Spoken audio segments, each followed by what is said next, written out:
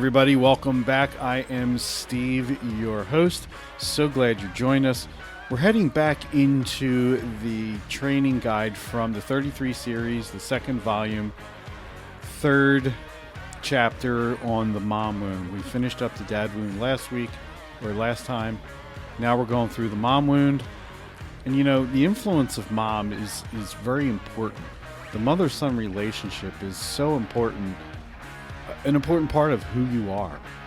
You know, Dr. Henry Cloud said, the way your mom has handled your needs as a child has shaped your worldview, your relationships, your marriage, your career, your self-image, your life. And what we learned in our relationship with our mother deeply affects every area of our life.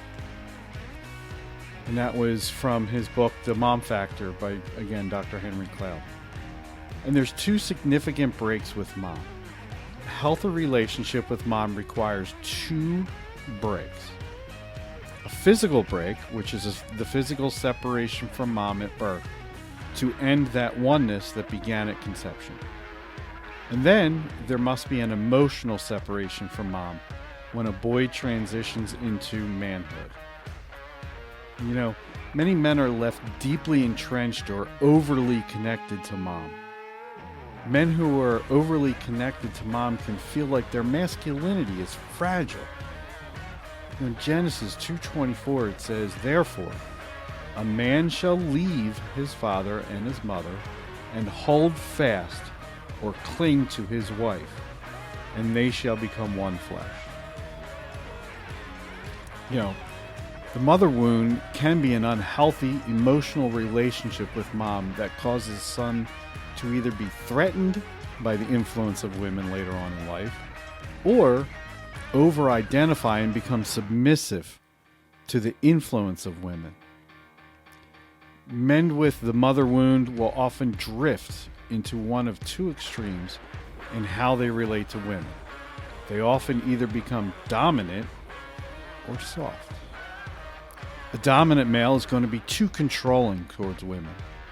Take control and not let her speak or do what she's called to do. Whereas a soft male is going to become passive, submissive, allow her to walk all over him. You know, some of the common characteristics are usually the mother wound is not one of inattention, but over attention. You know, this wound happens, or it often begins, with an absent or distant father. You know, Marion Levy writes that modern men are overwhelmingly likely to have been reared under the direct domination and supervision of females from birth to maturity. So there's four types of moms that contribute to the mother wound. The unintentional mom. She stays oblivious to her son's need to connect with other men and to make a healthy break with her. Then there's the hurting mom, a woman who has lost emotional connection with her husband, and she makes up for it by over-connecting with her son. Then there's the unwilling to release mom. Oftentimes these moms have dominant personalities and they simply love to be in control. Then there is the fill-in-the-gap mom. This can lead to overconnection and dependence if the son doesn't have a strong male mentor to guide him. You know, this series is all based on looking back at Jesus and how he lived his life here on earth for those 33 years. And you know, Jesus and his mom had some conflict. You know, Mark, we're told that Jesus entered a house and again a crowd gathered, so that he and his disciples were not even able to eat. When his family heard about it, they went to take charge of him, for they said, he's out of his mind. Then Jesus' mother and brothers arrived.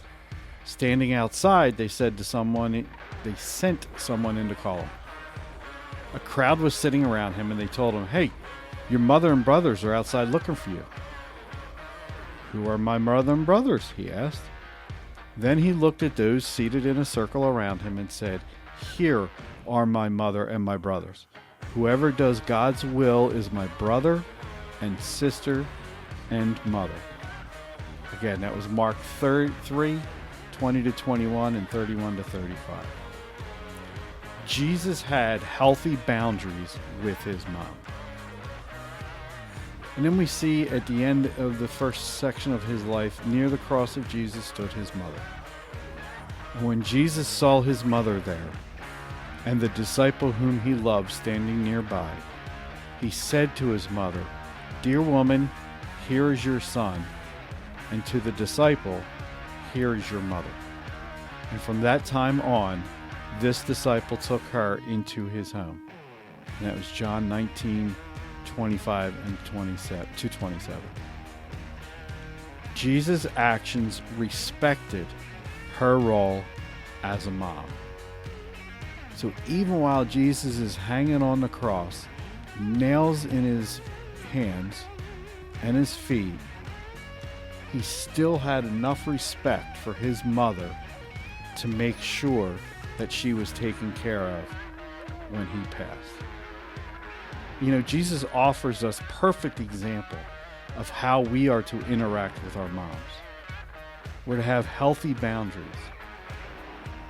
We're to have genuine love. And we're to have proper respect. You know, many of us may have unfinished business with mom. And many of us who are listening, mom may not be with us here on earth anymore.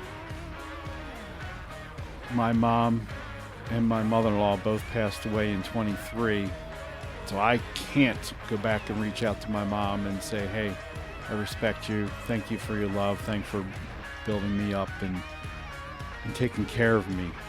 But for those of you who do, I want to encourage you to pray on it and talk to God about it and say, "Hey, God, show me what I'm to say to my mom. Show me how I can show respect to mom, how I can honor her, how I can love her best."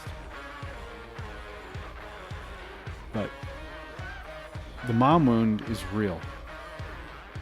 And we need to be able to walk through that and understand what's going on with that wound.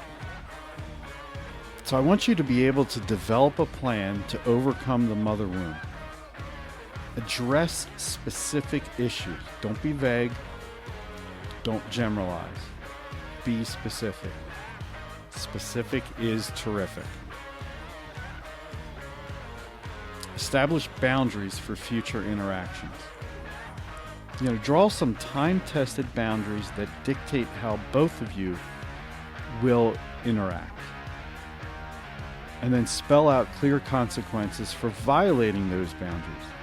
Let her know the cost of crossing established boundaries. "Hey, Mom, we talked about this. If this happens, this is going to happen." Just like she did when we were kids, set those boundaries to keep us safe and to keep everything running like a well-oiled machine, so to speak. We need to make sure that we set those boundaries now that we have left our mothers and fathers. We're married, cling to our wives. My wife and I early on set some boundaries for both our parents. Who were we going to visit during what holiday? And for me, it was very early on. It was within the first couple of years. With all the holidays, I finally just said to my wife, "Look, we're doing too much running." And frankly, we're the one with the grandkids. So I sat down with my wife. We figured out what worked best. What did her family do that we weren't doing?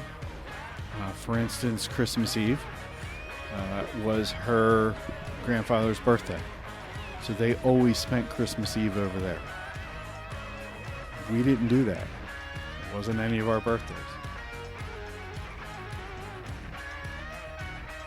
Our big day was Christmas. So we were spending Christmas Eve with her family, Christmas with mine. And then her mother and father would pop in the afternoon before we went over for dinner type of thing. So we set those boundaries early on, and they worked well. I appreciate them. I think my mom eventually did. My mother-in-law appreciated them, and of course my wife did. So again, develop a plan to overcome your mother wound. First, I want to pray. Pray for that relationship, but address a specific issue, establish a boundary for interactions, and spell out some clear consequences if those boundaries are violated. If you're married, your wife is number 2. God is number 1. Your wife is number 2. Your mom falls down the list after you become married. So guys, I hope you enjoyed this recap. Look for the next one. Not sure what it is off the top of my head. I think it's Healing, Chapter 4.